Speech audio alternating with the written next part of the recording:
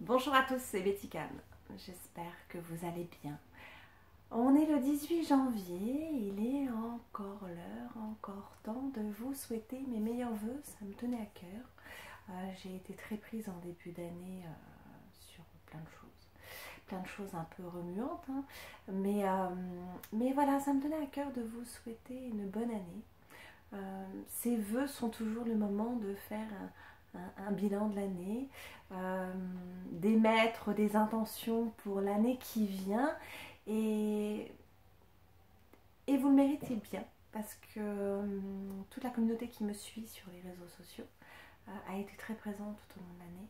Ça a vraiment été une année où mon métier a évolué d'une manière différente à travers les formations en ligne qui ont amené plus de partage dans des lives, dans des formations présentielles, dans des échanges de mails. Vraiment, ça a été une année qui a été riche de partage avec ma communauté, donc vous méritez bien que je vous fasse honneur, je vous souhaite mes meilleurs vœux pour cette année 2021. Je vous souhaite plein de bonnes choses. Je ne ferai pas partie de ceux qui diront que j'espère qu'elle sera meilleure que l'année dernière, parce que ça c'est un point de vue. Moi par exemple, sur un point de vue individuel, j'ai passé une très très bonne année. Une année riche qui m'a beaucoup fait grandir, qui m'a beaucoup fait évoluer. Sur un point de vue collectif, oui, je ne peux pas être bien de ce qui se passe, je ne peux pas être ok avec tout ce qui se passe pour tout un tas de raisons, mais les périodes qui remuent sont justement source d'apprentissage, source de nous faire grandir, de nous faire évoluer sur un point de vue aussi bien individuel que collectif. Donc moi c'est une année que j'ai beaucoup appréciée pour ça, pour tout ça. Donc je ne peux pas imaginer que ce ne soit pas aussi pour vous. Donc je ne dirai pas, je vous souhaite que ce soit meilleur qu'année dernière, parce que c'est un point de vue qui est personnel. Je vous souhaite simplement mes meilleurs vœux et de surtout pas oublier de jouir de la vie. Ça c'est important. On est dans un contexte qui fait qu'on nous coupe de nos liens sociaux, qu'ils soient familiaux ou juste amicaux, professionnels également, hein. Je parlais tout à l'heure avec une de mes amies qui, elle, n'a pas mis le pied à son bureau depuis bientôt 1 an et n'a jamais revu ses collègues. Donc on nous coupe de tout ça. On voit bien que ce qui est fermé, c'est tout ce qui est source de plaisir pour nous, de divertissement. Et je dis, il ne faut pas oublier, il ne faut pas laisser faire ce sentiment de je peux plus être en lien, je peux plus me faire plaisir, je peux plus me divertir, parce qu'en fait ça nous amène aussi à comprendre qu'on peut le faire aussi de diverses raisons. Je vois, j'ai certaines personnes qui ont découvert ce qu'était le plaisir d'aller marcher en forêt par exemple. Avant, ils préféraient aller faire les boutiques, aller au restaurant, au cinéma. Quelque part, ça nous a amené à peut-être aller regarder d'autres points de vue, d'autres angles de nos vies. Et ça peut être pris d'une manière très positive. Donc je vous souhaite à vous tous cette année d'explorer d'autres angles et de ne pas vous laisser empêcher de jouir de la vie, de profiter de vos proches. C'est important. J'ai vu des gens autour de moi décéder avec beaucoup, décéder avec beaucoup de regrets, beaucoup de solitude. Et c'est pas une fatalité, c'est pas une obligation. Il faut surtout pas s'enfermer dans ce qu'on nous amène à croire. Bon, c'est un point de vue, c'est le mien, mais moi ça me semble important.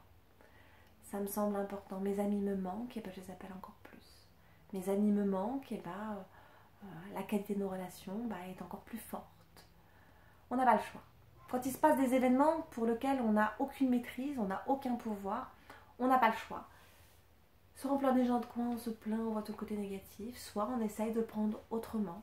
Vous voyez, par exemple, je vois des thérapeutes autour de moi qui me disent « Ah, mais c'est calme en ce moment » ou « C'est difficile », ce genre de choses. Pour moi, ça ne l'est absolument pas. Pourquoi ? Parce que je m'adapte à la situation. Avant, je faisais très peu de consultations à distance. Maintenant, j'ai toutes les semaines des consultations en visio. Je formais en présentiel, et maintenant je forme en ligne et je fais des supervisions. Mon métier prend une autre tournure. Et je m'adapte. On est dans un changement de paradigme de toute manière. Faut pas se leurrer, hein. Avec là ce qui se passe, les choses ne seront plus jamais comme avant. Donc il faut s'adapter. On tend pour certaines choses peut-être du pied, mais peut-être certaines choses aussi du encore meilleur. Faut y croire et il faut s'adapter. Et quand on regarde l'histoire de l'humanité, c'est pas la première fois que ça arrive. Mais il faut s'adapter. Et les gens en ont besoin. Les gens ont besoin de changement. Le changement, c'est positif. Seule chose, c'est que c'est pas toujours agréable à traverser.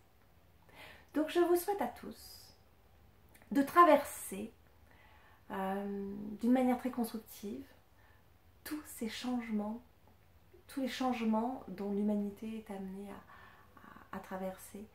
Je vous souhaite de prendre le meilleur de tout ça et surtout de jouir de la vie.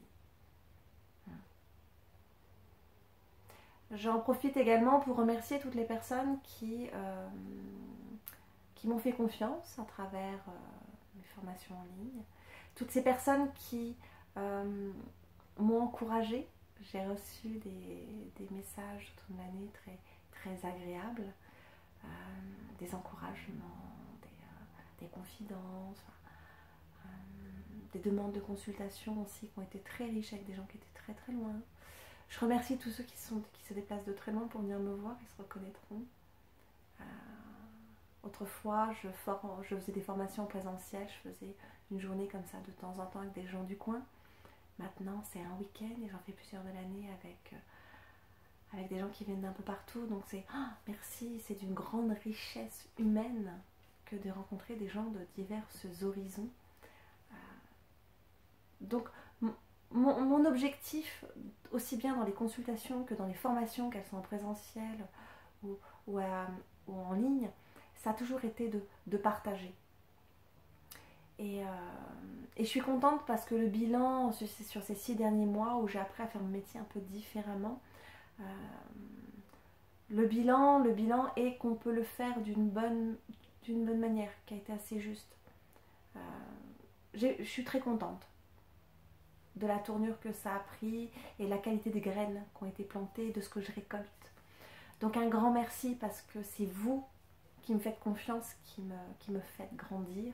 Ça a donné lieu aussi à des partenariats. Là, j'ai des propositions de partenariats vraiment très riches, très intéressants.